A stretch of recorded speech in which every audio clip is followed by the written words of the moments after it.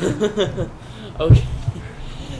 Hello, everyone. So, this is the OCMS Live Newscast, and today our special guest is Mr. Schrader.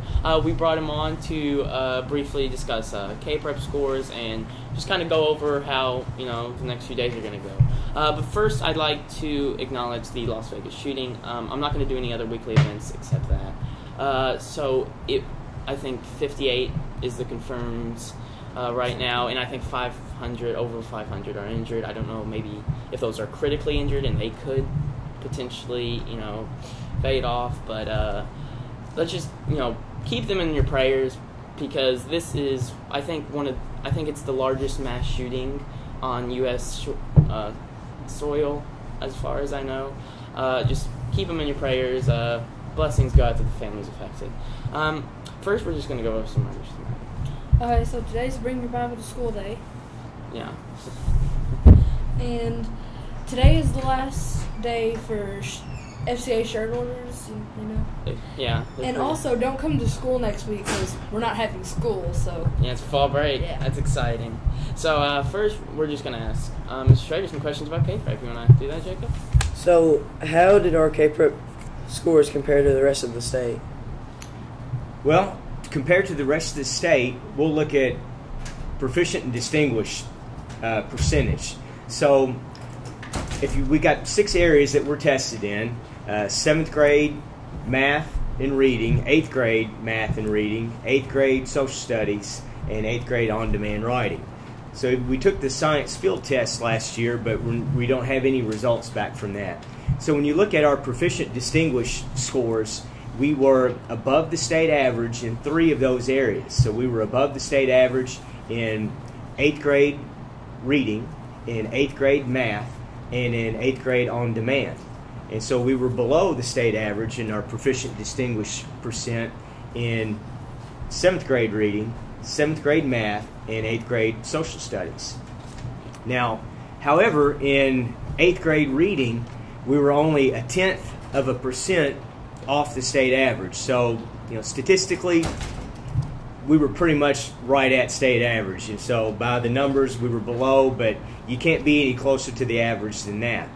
But also, when you look at the reading scores in 7th grade, as a group, you all right, the current 8th graders, as a group, you're getting better. I mean, as time has gone on, since you've been in 3rd grade all the way through last year, reading scores have improved. So you might think, well, gosh, we're behind. Yeah, we're behind, but as a group, the group's been behind for a long time, but the group is working hard and getting better each year. So for that, I'm very proud. Math, in 7th grade math, we were 2% behind the state average, and in 8th grade social studies, we were 0.3% behind the state average. So, statistically, once again, in that one, not too far off. Okay.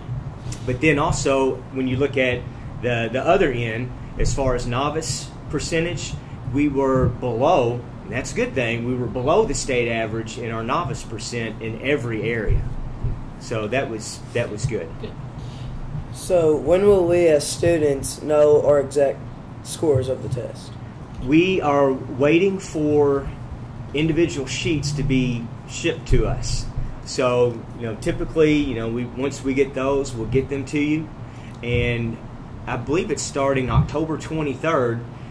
Myself, Mr. Schroeder, Miss Kennedy, and Miss Honecker will meet with every single one of you all individually, like we did last year, and break down with you how you did on K-Prep, how you did on your STAR testing so far this year, and review your grades, attendance, and just let you know how you're doing as a student and how you compare to peers across the state and across the nation. Because we have some students that's really achieving at a high level, and you need to know how you stack up against people across the nation. Because if you're pulling straight A's, but if you're in the 80th percentile, well, you could push up even higher, because that's 20% of kids nationally that are achieving higher than you. Likewise, if you go the other end, if somebody is below 50th percentile, and that person's below average as far as their academic achievement. And so in order to compete, in order to be ready for college, in order to be ready to do well in the ACT, got to work hard to be a better mathematician, a better reader, a better thinker, a better problem solver. So it's just a challenge and that we're putting forth to all students when we meet with them. But we're going to start that October 23rd, the second week that we're back from fall break. But we're also, I'm going to upload the individual scores to the Google Drive, and then our teachers will have access to that. So if anybody wants to come see me during lunch, or anytime you see me, I don't mind to pull my sheet out and let you know right now, because we've got them. It's just, it could be mass chaos if everybody comes all at once to a teacher, because there's still class to have rather than taking all that time to let you know. But we're going to get it out to you soon. And then what is the agenda for tomorrow? Agenda for tomorrow is this. So in the first half of the day, the 7th graders will have free time, if you will. So we'll have the gym open. We'll have some Wii's set up in the band room. We'll have probably Just Dance set up in the old Spanish room. Be able to come to the media center in the cafeteria and just have free time. And so around 9 o'clock, a little bit before 9 o'clock, those students that have met the standard of at least proficiency on all tested areas will begin to bus those students over to the movie theater. And around 9 o'clock, the movie will start.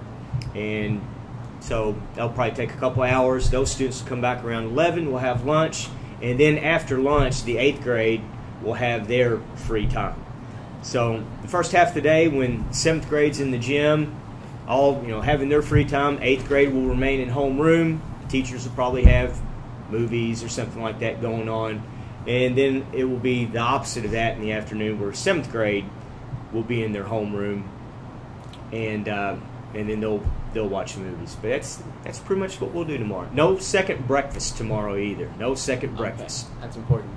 I know a lot of people depend on second breakfast. So either eat breakfast first or eat it at home. Yeah, that's okay. Next, we're going to do our National Day. So what is today? Okay, today is National Do Something Nice Day and National Rhode Island Day. So if you live in Rhode Island or you want to do something nice, this is the day to do it. What's next, Mr. Schrager? Birthdays. Okay, happy birthday. This is all of the October birthdays we've had so far. To Alec Baker, Amelia Cates, James Frazier, Connor Jackson, Caitlin Lindsay, Dustin Maiden, Thomas McKinney, and Lacey Minton. Happy birthday. Happy birthday, everyone. Next we'll do sports. We can do some sports. How about that? So the middle school softball season is over. 8th grade only won 1 game the whole entire season, and 7th grade only won 2. And then our middle school football season is also over, and the 8th grade won their last game. The guys soccer team has a home game today. For basketball, the last tryouts were yesterday, and the list who made the team will be posted in the cafeteria or on Mr. McDonald's door on Friday. In the MLB season, the postseason games have started. The Yankees won their first wild card game, and the Diamondbacks won their first wild card game yesterday. We'll do some. Go ahead and say that. Forecast for today. Okay, so today will be mostly cloudy, and the high will be about the high. The low will be 59, and the high will be 83. 59 is actually pretty. That's pretty temperate. That's pretty temperate. I like it. Yeah, it's getting to that fall weather. Yeah. So, finally, I think we'll end with some trivia. These are movie trivia. Mostly the first two are. The third one is a little bit of it goes to history, and I didn't even know this. I'll help you out a little on the last one. Maybe you'll know it. I have no idea. We'll find out. Yeah, so the first one is in the Disney film, The Little Mermaid. Yeah. What is the name of the human Ariel falls in love with? Eric. Yeah, you got it. Okay, first one right. That's good. That's good. All right, this is second level, which is the first movie of the Fast and Furious franchise was released in what year? Let's see. I've never watched any of those movies. Okay. I'll guess 1999. No, it was 2001. So I was close. Yeah, you were close. you were 2 2 years years off. off. That's pretty good. Yeah. That's pretty good. That's way better than Laura did last time. Laura, I mean. we did Laura like has missed you. some celebrity and stuff, and I guess she didn't know that very well. I should have asked her what she knew. This would have been much easier. We'll get this last one in. Ruling for 64 years, this is the spin-off. Which queen was the longest reigning British monarch before Queen Elizabeth II? I have no idea. Okay, I'll give you a hint. Victor. That's my... Again, these cheating. I don't think it's right. Okay. You'll have to help me. I don't know. Okay. It's Queen Victoria. Yes. So, Okay. Queen Victoria. Yeah, I knew that You one. should have was a asked me little- what's the smallest state since it's Rhode Island Day, and that would be Rhode Island. Oh, you got that one right. Thank you. made your own. So, thank you. That's the end of our newscast. Thank you for joining us. Thank you for joining us, Mr. Schrader. You're welcome. It was nice meeting you. Y'all have a good day. Meeting Better you. before, though. Yeah. Yeah, So, we're see not you, strangers. everyone. Bye.